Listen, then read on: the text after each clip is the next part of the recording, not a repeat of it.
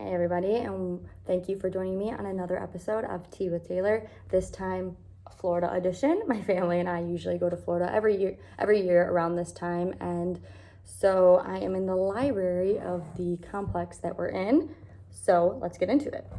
So as I've been in Florida, I've been taking a lot of time on the beach. Just my mind feels the most clear when I'm by the ocean, and I was kind of jotting down some ideas and some thoughts, which I like to do. I always bring a notebook with me, and so if anything comes through that I think of, I like to write it down and then maybe revisit it later in the day. And I do that when I'm reading too. I always have a notebook because, if something comes to your mind and you find it really interesting, I think you should jot it down so you don't forget it, and then you can explore it further in the future. You're making a conscious decision to write it down because you know it's going to create a better future when you explore those ideas. And that's kind of the thesis or the concept of this video, is that our decisions create our reality and our future. And it is because humans are conscious beings with the ability to be aware of our future selves that make us different. We're able to conceptualize the idea of time, and that's what makes us unique. It is therefore very important that we realize and understand that our decisions determine our reality and our future. And I believe we've lost this over the last century, definitely in the beginning of the 20th century with the expansion of the state.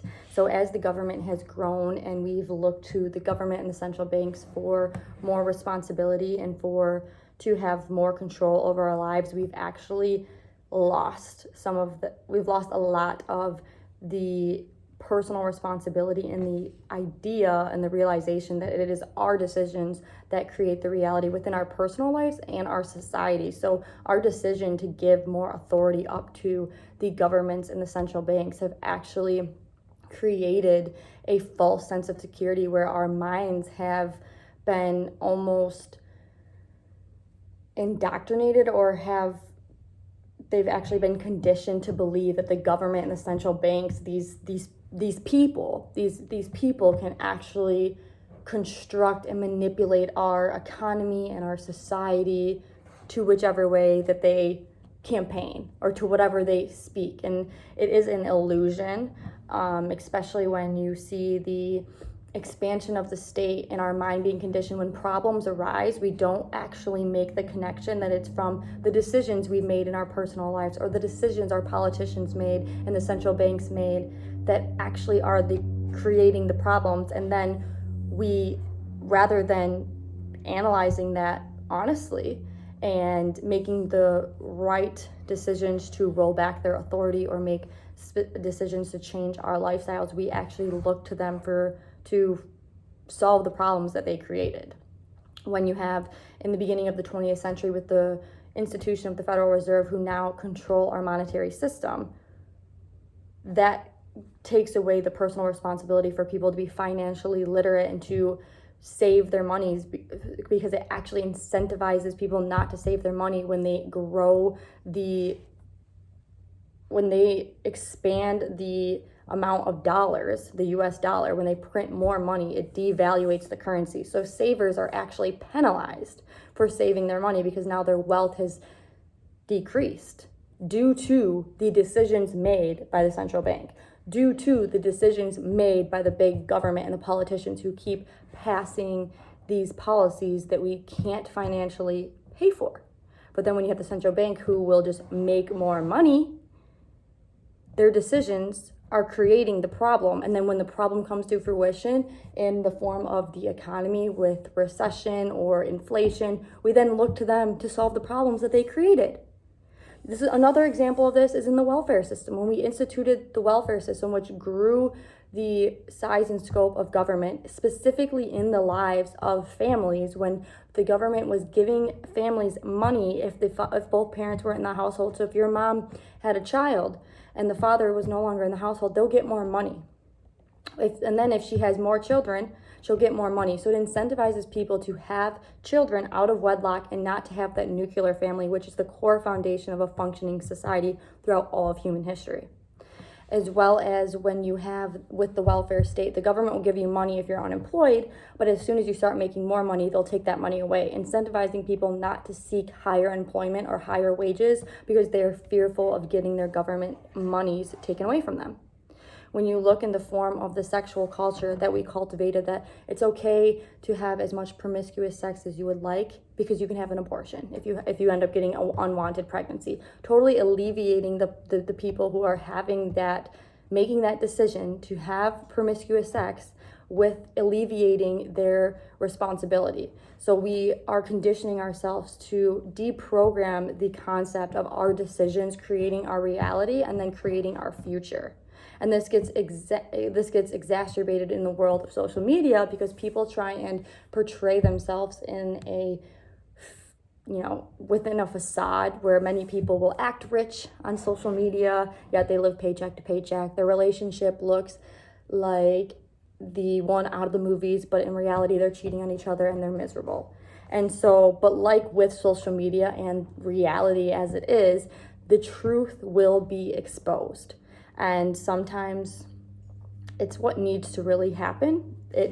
Like with the economy, the Federal Reserve can print as much money as they want. Politicians can promise as many programs as they want, but eventually inflation will set in, prices will go up.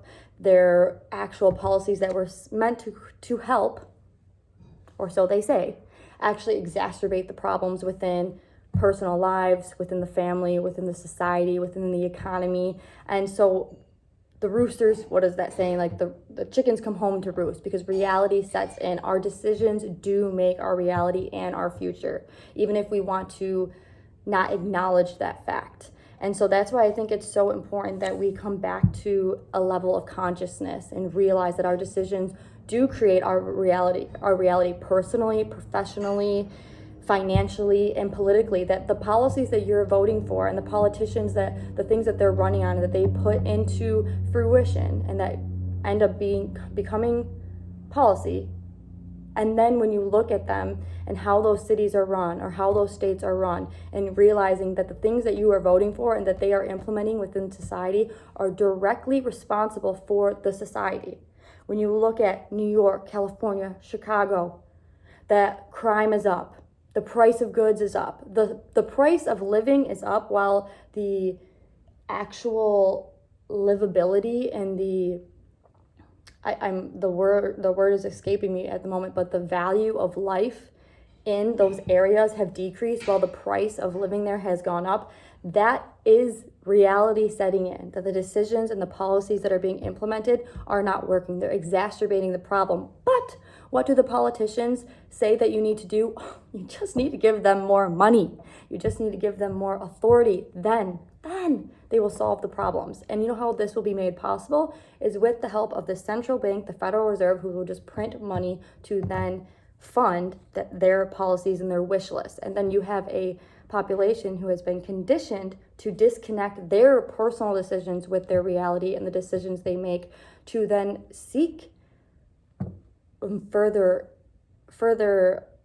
control to be given to the central banks and the politicians, because they don't want the responsibility of their own actions to be prevalent when it is even their personal decisions as well as the politicians that are creating the reality that they're living under. And then when they're dissatisfied, instead of looking within and knowing that they need to make personal decisions differently, and maybe they need to vote differently, and maybe they need different leadership, they just continue the circle of seeking for the problem to be solved by the same people who created the problems in the first place. Big government and the central banks. Now, of course, you have personal responsibility within your own life, and I challenge you to make the hard decisions that you know are going to better your situation today and your future self. And I know this from experience. As some of you may know, I recently sold my 2-unit property that I lived in for a long time, where my tenants paid for my mortgage, which put me in a financial situation to pay off my debt. And now for the last few months, as I'm looking to move to Florida, I'm looking at houses next week, that I've had the ability to spend it with family and friends, to vacation, because I made the decision to live in a 2-unit property. I didn't have a dishwasher. I had a 1-bedroom. I had laundry in the basement that I shared with my tenants. I didn't have a driveway. And so I sacrificed for a few years, but now I've positioned myself to have more freedom and opportunities in the future, because you do have to make sacrifices and you do need to learn the skill of patience. And this, when you live in a society of instant gratification, the skill of patience is a superpower, and it will make you stand out compared to the rest. When people are so controlled by instant gratifications, those are the people that are going to vote for less responsibility, because patience and responsibility go hand in hand. You have to be responsible in order to have patience, to save your money, or to wait to have children before marriage, to make all these decisions. They take patience and they take responsibility. And as Winston Churchill says, the price of greatness is responsibility. So I hope all of you take the time to make more conscious decisions, become more aware of your consciousness, take more personal responsibility, and together, when we take more of the power to the people and to ourselves and away from these centralized planning mechanisms of big government and central banks, I think that's how we change the culture and make a more prosperous society for humans. And that's where innovation will prosper. People will prosper financially and within themselves, and to have more fulfillment, because when you have responsibility and you do things the hard way and they take more time, you appreciate them more and you have more fulfillment within yourself. So I hope this was somewhat interesting and informative. It was a thought that I was having on the beach that I wanted to expand upon and articulate to all of you. So I hope you guys have a great day. If you got any value from this, please consider sharing, and subscribing. It's important we support people, products, services, creators, you know the spiel, that reflect our values, because that's how we change the culture, and our culture is a direct reflection of our values. So take care, God bless, and I'll see you soon.